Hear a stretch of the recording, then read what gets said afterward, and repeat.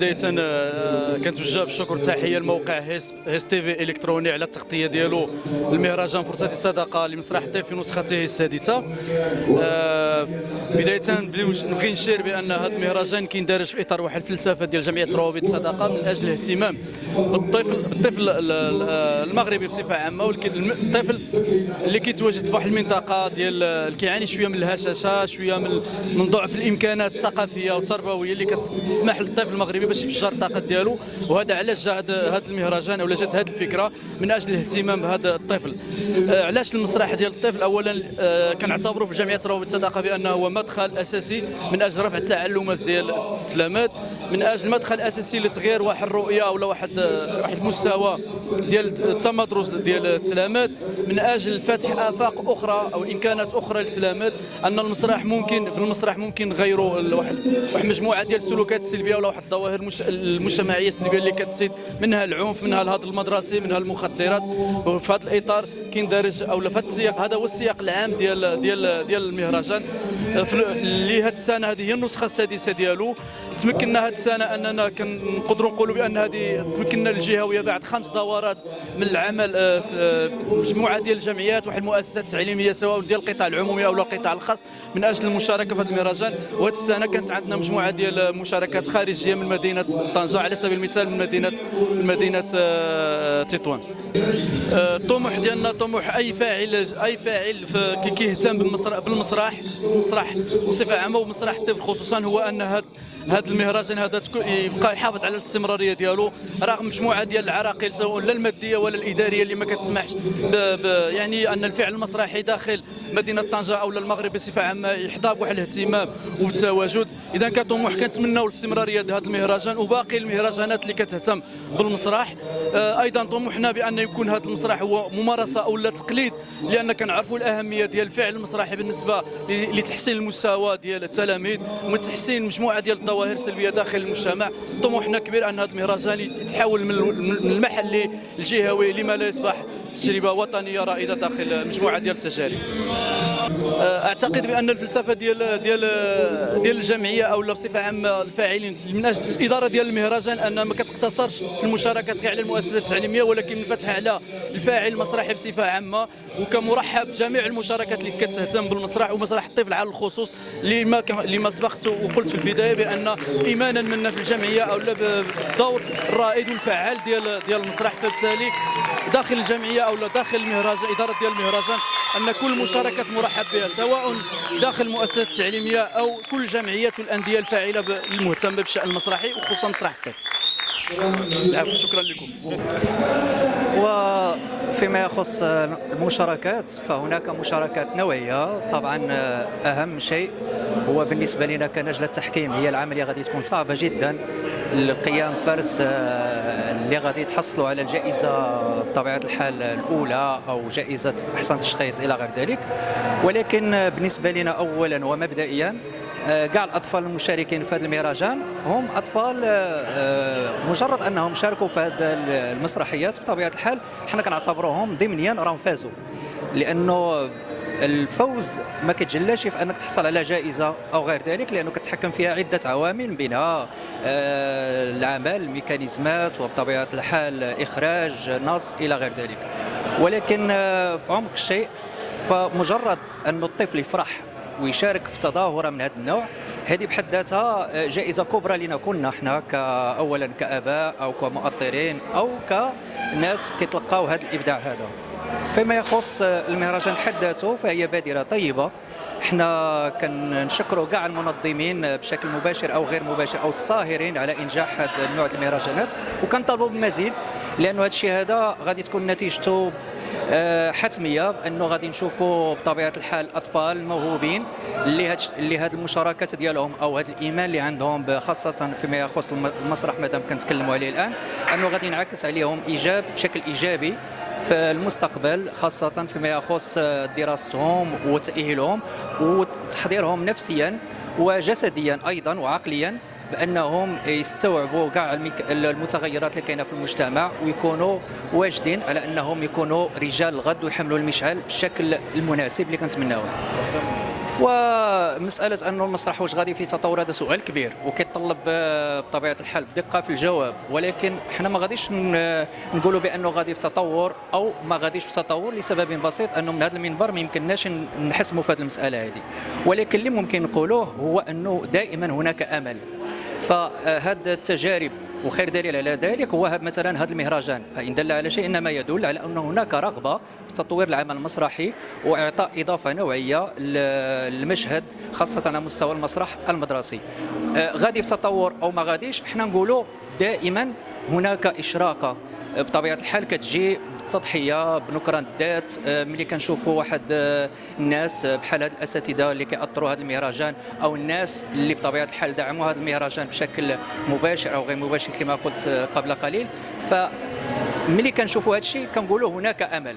مساله انه واش كاين في تطور ولا لا، غادي نقولوا المسرح هو بصفه عامه الحياه مسرح كبير، فبالتالي ما دمنا نعيش دائما سيبقى هناك مسرح. المقارنة، شخصيا أنا ضد المقارنة لسببين.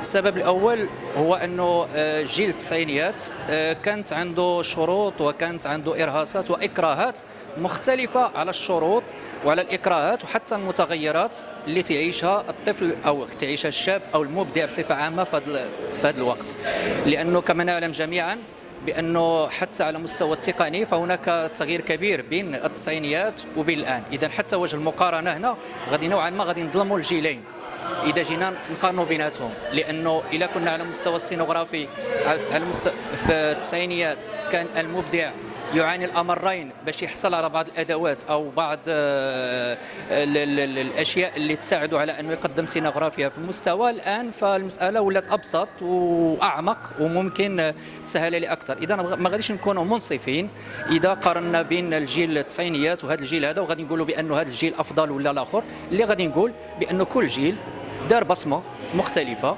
عندها تميز، بالإضافة لهذا الأمر أنه كل جيل استفد من الأدوات المتاحة في حينه. هذا السبب الأول. السبب الثاني وهو عملية الاهتمام بالمسرح بحد ذاته، في حيث أنه في فترة ديال التسعينيات كان المسرح كيتم التعامل معه بطريقة مختلفة، بحيث أنه ما كان كما كنعرفوا ما كانش الفضائيات بالشكل المتوفر الآن، فالإنسان كان متعطش للفرجة أكثر من الآن، فكانت كتفرض على المبدعين على أنهم يبدعوا أكثر ويتفاعلوا مع الجمهور عبر المسرح، بحيث أنه كان نافذة ممتازة ومناسبة للناس المتعطشين للفرجة النوعية. في حين أنه الآن فهذا الجيل هذا كيعاني من صعوبات في تتجلى في أنه الجمهور ولات عنده أشياء كتلفت انتباهه وكتجلب انتباهه على مستوى الفرجه، ما نقولش اكثر من المسرح وانما ملفته النظر. هذه الاشياء هذه المتغيرات خاصه على مستوى الانترنت وعلى مستوى هذه التطبيقات الجديده اللي تنشوفوا الى غير ذلك. ممكن كاشراقه فقط نقدر نقول الله يكون في عوان هذا الجيل في وسط هذه المتغيرات وفي وسط هذا انه الجمهور ولا عنده اغراءات كثيره على مستوى الفرجه، فبالتالي باش تجلبوا وباش ترجعوا انه يتفرج المسرح او يشوف المسرح او يتعطش المسرح كفرجه، فبطبيعه الحال غادي يكون عليه انه يبذل واحد المجهود ما نقولش خرافي وانما مجهود استثنائي. شكرا لكم انتم، تبارك الله عليكم.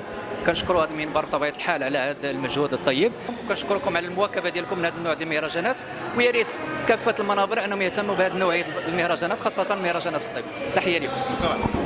مرحبا.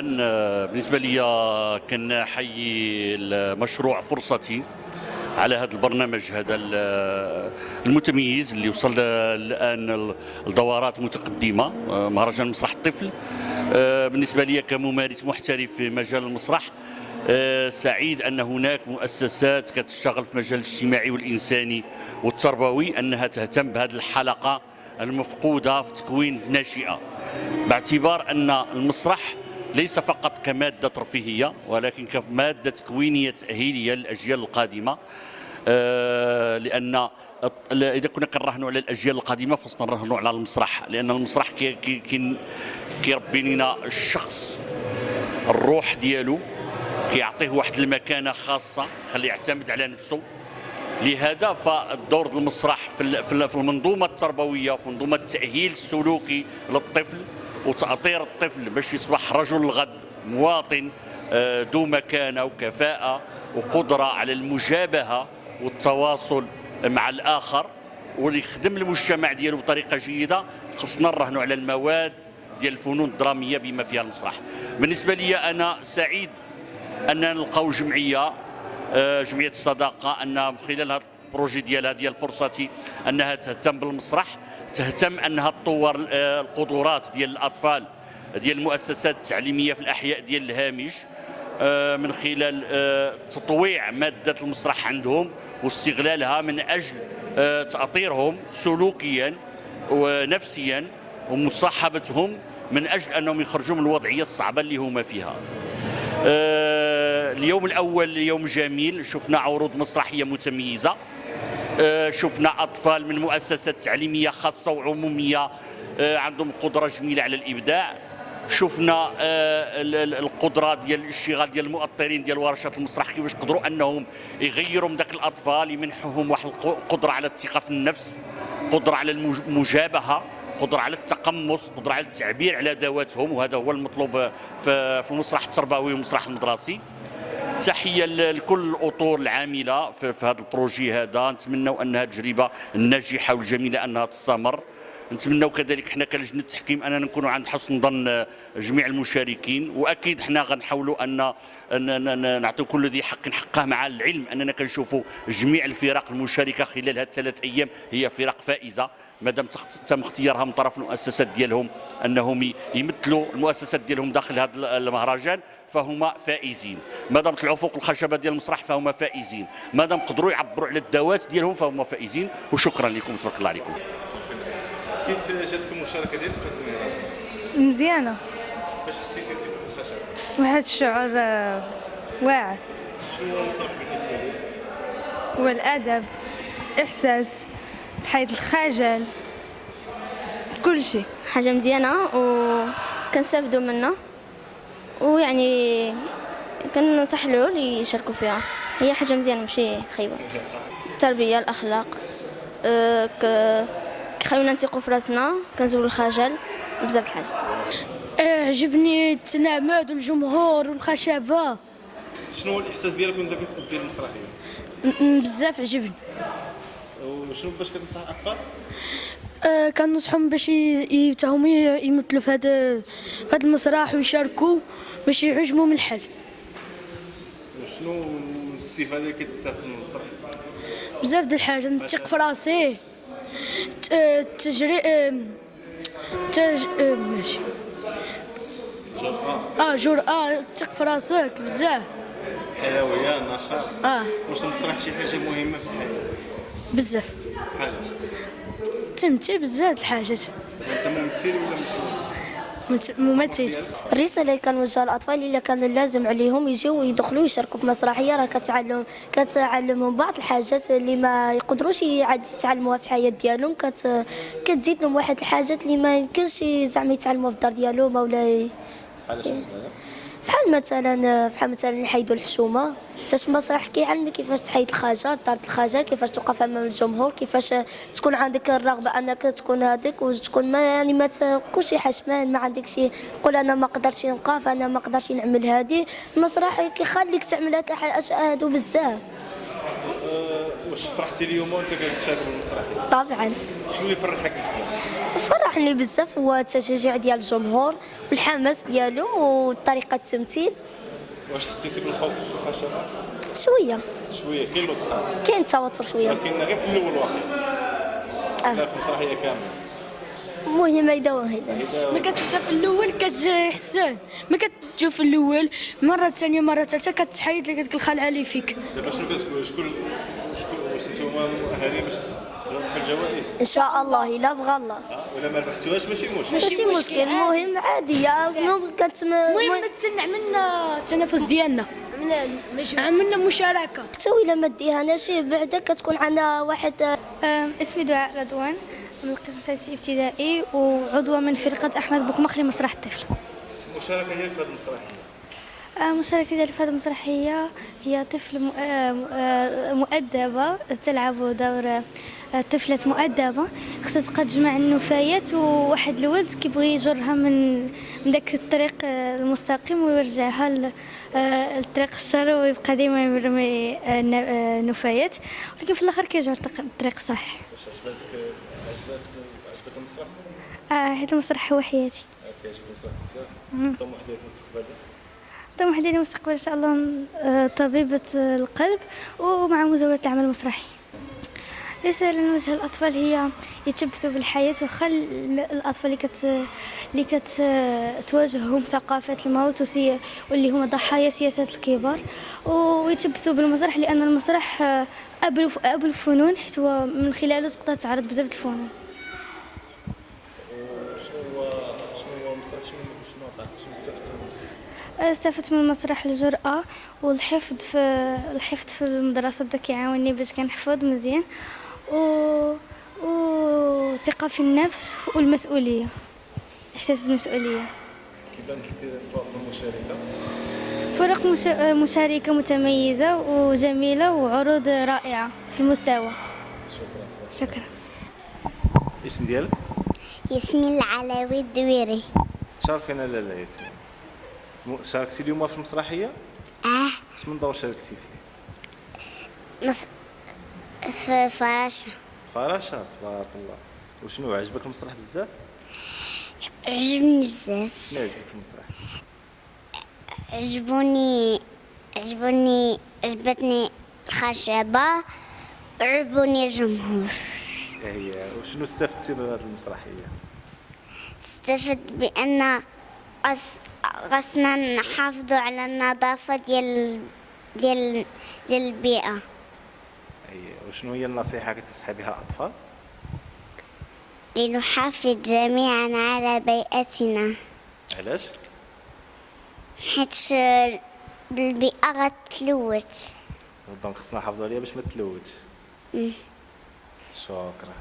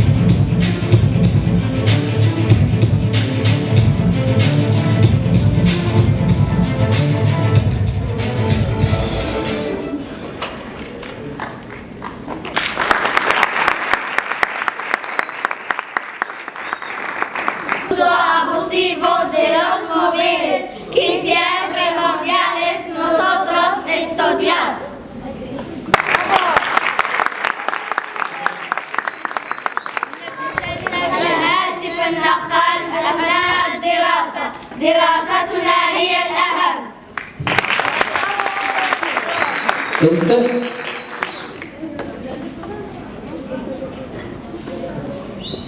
إذا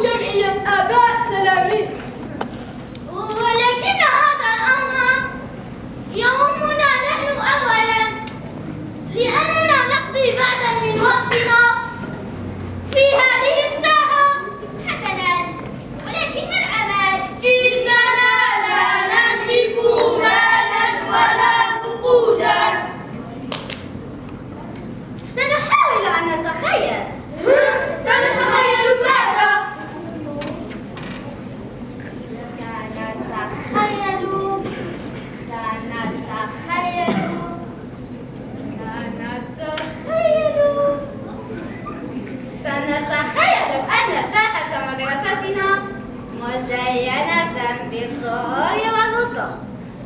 ما رأيكم؟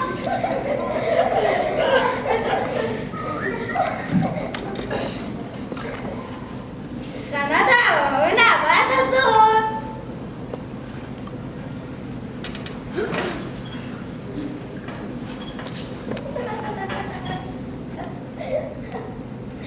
ولكن الصورة لا تتكلم. نحن نريد أشياء تتحرك. يمكن لنا أن نتحاور معها. ما رأيكم؟ هذه فكرة جيدة. ولكننا نجد في الرسوم المتحركة حيوانات تتكلم. إن هذا هو. لن نسمع في حياتنا قطة تتكلم أو زهرة تتحدث.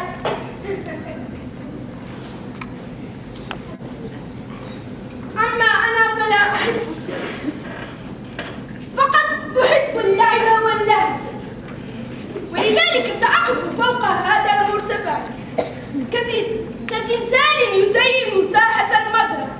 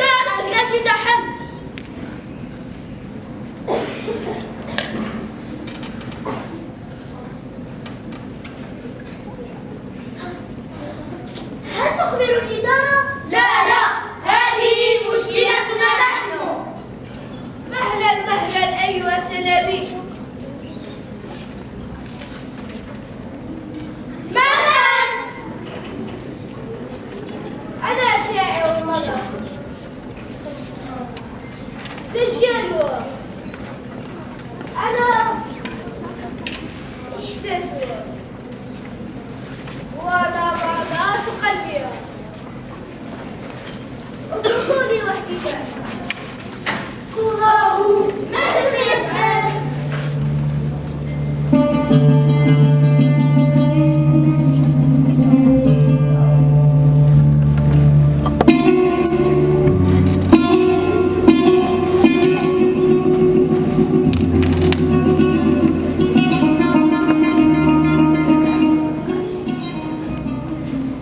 يدك الجامد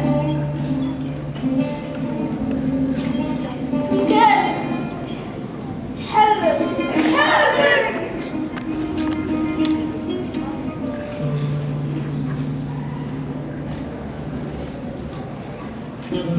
اشتقنا نشوف البواب.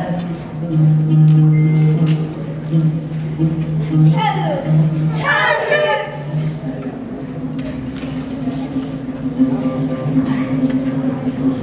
يتهادى فرصانك. تحرك تحرك بالله عليك. تحرك تحرك بالله عليك. تحرك تحرك بالله عليك. تحرك تحرك.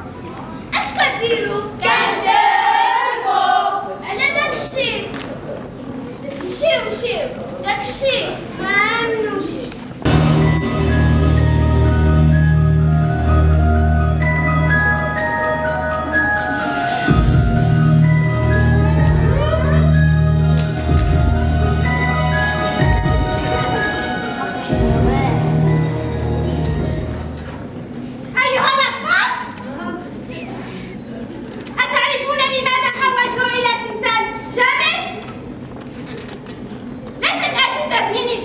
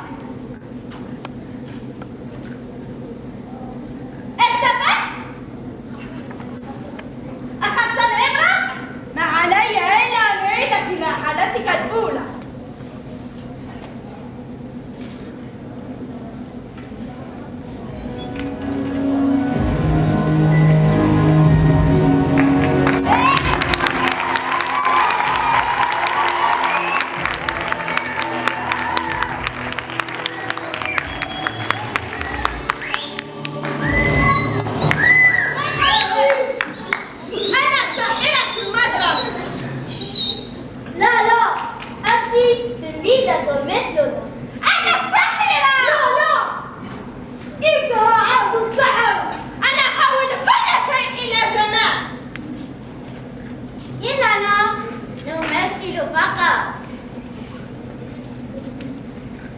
أنا سيتي.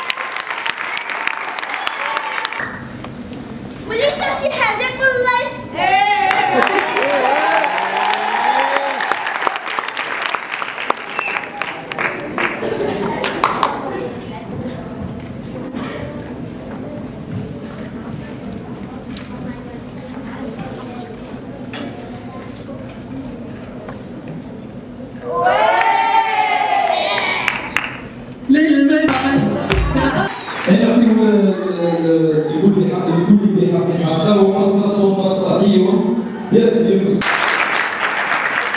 أنا عبد الرحمن بوعيد في دور شاعر المدرسة. أنا الحجاج في دور ساحرة. الكل فائز بالمناسبة، كاع الأطفال اللي حاضرين هنا راهم مجرد أنكم شاركتوا في العمل راهم فائزين، ولكن رأت اللجنة على أنه تخلق 14 جائزة أخرى لسببين. أول سبب لأنه لقينا بأنه فعلا هناك بذرة أمل واحد على عدة أصعدة. بطبيعة الحال غادي يكون من الدور على أننا نقصيو هاد البذرة ديال الأمل من طبيعة الحال من إحساس بطعم التغيز وهذه الجائزة. بالنسبة اللي غادي يحصلوا على هاد الرعاة ديال الجوائز فغادي نقول للمهرجان كلكم بدون استثناء راه عندكم القدرة على أنكم ديروا كنتكلموا على الأطفال على أنكم ديروا المستحيل وديروا اللي ما قدروش يديروا الأجيال اللي قبل منكم، والمسرح وسيلة من خلالها ممكن تحلموا باش تحققوا داك الشيء كله اللي كتمناوه. اللي فيكم هنا كيتمنى او كيحلم انه يكون عالم ممكن يكون عالم، ممكن هنا في هذا الحضور الكريم من الاطفال اللي متواجدين هنا ممكن هنا يكون معنا وزير في المستقبل، ممكن يكون عندنا مدير شركه. تحيه للجميع و لا نخفيكم سرا العمليه كانت شاقه جدا مشرفه لسببين، لانه التجارب كلها حلوه زوينه تحب، وملي كيسالوا الاب كيقولوا له واش تقدر تفرق بين وليداتك كيقول ما نقدرش. فكيفاش بغيتوا باللجنه على انها تقول بانه هذا زوين وهذا ماشي زوين؟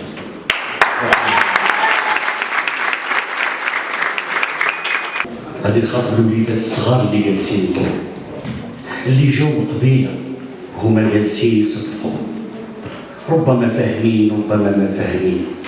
ما تقدمت لهم حتى ماده فوق هذه الخشبه ليهم يديوها خضار في راسهم يخبروا بها والديهم ويخبروا بها ناسهم.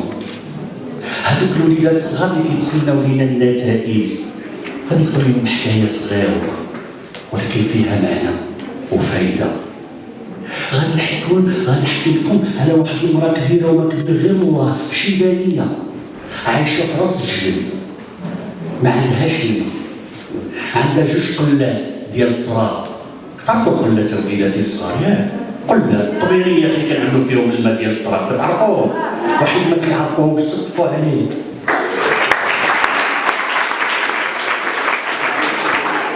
داك جوج قلات ديال التراب سمعوني مزيان، راه بحال اللي كيعملوا لي شينوا، ولكن داك الطبيعيات واحده فيهم جديده مزيونه عطشاتها، وواحده فيهم قديمه سنين وهي عندها فيها واحد الشقه كتهبط بهم من راس الجبل حتى للواد باش تسقي الماء.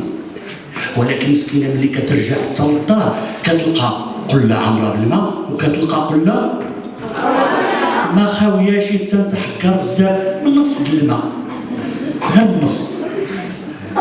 واحد النهار داك جوج القلات جالسين مع بعضهم بالليل كيتسامروا.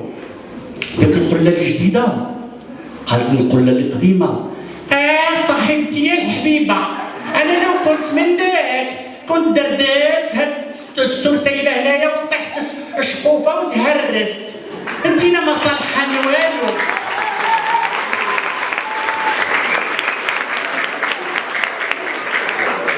انتينا شارفه حارفه كتضيع على لا في الماء، اللي في حالك خصهم يتخبعوا، خصهم يتدرقوا ما يبانوش.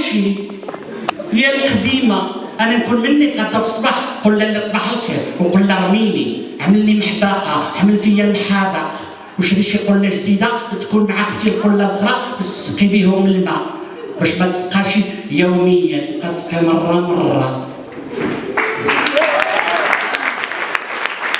جائزة الأمل في الإخراج وطلع لي سي محسن حمود.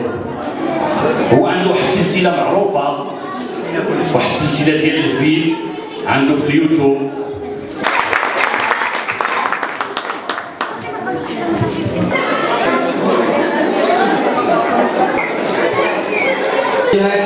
يونس الحضراء.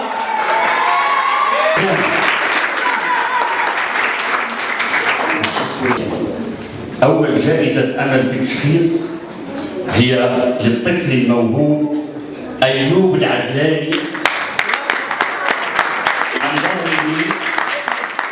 عن دوره بمسرحية الونروجيا نادي مسرح الأيوبي. الأمل التشخيص هداية الحارثي عن دورها بمسرحية الونروجيا. ياسمين الخلنج عن دورها بمسرحية الوصفة السحرية مؤسسة الدخلة. جائزة الأمل في التشخيص عثمان الجعبق عن دوره بمسرحية الاستراحة مدرسة الإمام البخاري.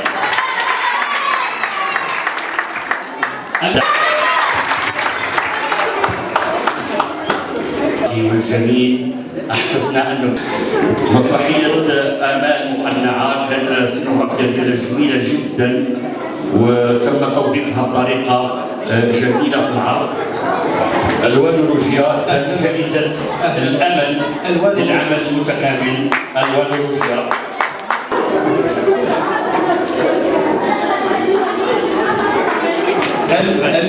مبروك. جائزة لجنة التحكيم كتستحقوها. العرض اللي فاز هو اللي كان الطفل كيتصرف على حريته في إطار مسرحي مؤطر موجه بشكل سلس.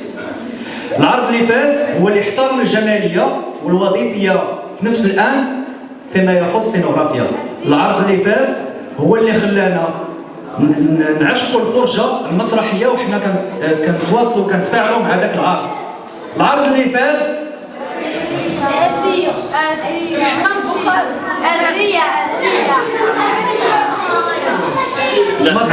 مركز الرعايه الاجتماعيه.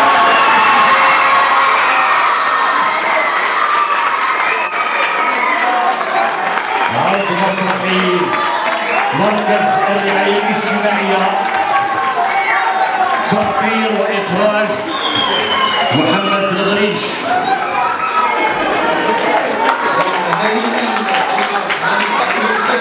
مدير شركه شيرا المفشله الاستاذ حمزه العرفاوي.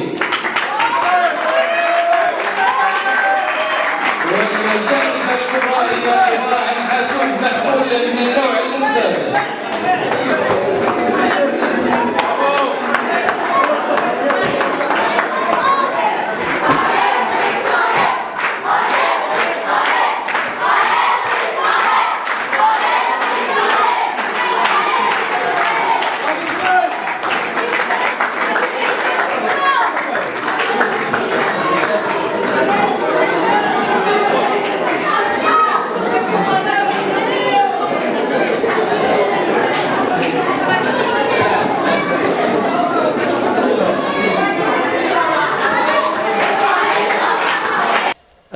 الحقيقة شعور لا يوصف من بعد بذل مجهود كبير مع التلاميذ والظروف اللي كنشتغلوا فيها بطبيعة الحال اللي كانت ظروف جد صعبة ومجموعة ديال الإكراهات، ولكن الحمد لله التتويج اليوم كان شيء رائع بحيث رجع فينا الروح وزاد عطانا الثقة باش نوصلوا لهذا المستوى ونزيدوا للقدام ونعطيو أكثر ونشوفوا القدام والمستقبل إن شاء الله. كاين شي مشاركات مستقبليه؟ كاين مشاركات، شاركنا في مهرجان ديال القيم وابداع، كنتسناو انهم يعيطوا لنا للنهائيات، كنتمناو انهم يعيطوا لنا، الى عيطونا غادي نزيدوا نخدموا على العروض اللي مشاركين بهم باش نتزوجوا ان شاء الله حتى في ديك المهرجان. هذا مشروع اللي كتمولو الوكاله الامريكيه للتنميه الدوليه واللي كتقوم بانجاز ديالو في المغرب المنظمه الدوليه للهجره، وحنايا في الحي ديال بن ديبان كتنجزوا جمعيه روابط الصداقه بشراكه مع الموسيقيه الجهويه للتعاون الوطني طنجة تطوان الحسيمه. هذا المشروع اللي كيهدف عنده واحد الهدف كبير اللي هو الادماج ديال الشباب في وضعيه صعبه من خلال 3 المحاور اللي هي اساسيه، اللي هي التربيه والادماج المهني وكذلك الديناميه الجماعاتيه. كل محور عنده واحد فريق ديال العمل اللي هو كبير اللي كيشتغل فيه. بالنسبه للدعم الدراسي كنحاولوا اننا ندخلوا تقنيات جديده ولا مجالات جديده باش كنطوروا المستوى الدراسي ديال التلاميذ عن طريق كما لاحظتي معنا اليوم مهرجان ديال المسرح هو نتيجه ديال واحد العمل كبير كتقوم به ورشه ديال التعبير الجسدي والمسرح في وسط مشروع فرصتي، وباش اننا نعطيو واحد النتيجه ولا نعطيو واحد الاهميه الانجازات اللي كيقوموا بهم الوليدات ديالنا كنحاولوا نجمعوهم في اطار واحد المهرجان اللي كيكون سنوي كيف ما شفتي اليوم الدوره السادسه ديال المهرجان ديال المسرح. من غير المهرجان ديال المسرح كاين مهرجان ديال السينما ديال الفيلم القصير وكذلك بطولات في كرة القدم، هذا بالتوازي مع الدعم الدراسي اللي هو على شكل باستراتيجيات جديده مناهج جديده اللي كتطور المدارك ديال الوليدات ديالنا في المجال ديال التربيه. في المجال ديال الادماج المهني كنحاولوا نلقاو فرص سميت المشروع فرصتي، وحنا كنلقاو فرص للشباب اللي كيعانيوا من التهميش، كيعانيوا من الهدر، كيعانيوا من مجموعه ديال المشاكل الاجتماعيه كتقيسهم في المدينه، وكنحطوا قدامهم واحد مجموعه ديال الخدمات اللي منها خدمه ديال التوجيه والتوجيه ديال توجيه لسوق الشغل، برامج ديال المهارات الحياتيه، تكوينات لمده قصيره، زائد كما لاحظتي اليوم كانوا معنا مجموعه ديال الشركات اللي كتساهم في ادماج ديال الشباب، وكنسجوا واحد العلاقات اللي هي وطيده ومتينه مع شركات القطاع الخاص اللي كتاخذ من عندنا هذه المجموعه ديال الشباب اللي باش يدخلوا لسوق الشغل. كذلك كنشتغلوا في الديناميه الجماعاتيه مع مجموعه ديال الجمعيات صغيره كتكون في وسط الحي اللي حنا فيه كبير بزاف ما يمكن لناش نوصلوا للعمق ديالو. دونك باش كنقدروا نوصلوا الاستراتيجيه ديالنا للخدمه والمنهجيه ديالنا وفلسفتنا في الاشتغال كنحاولوا ندوزوا عن طريق جمعيات صغيره. لهذا عندنا واحد المحور ديال الديناميه الجماعاتيه في مشروع ديال فرصتي.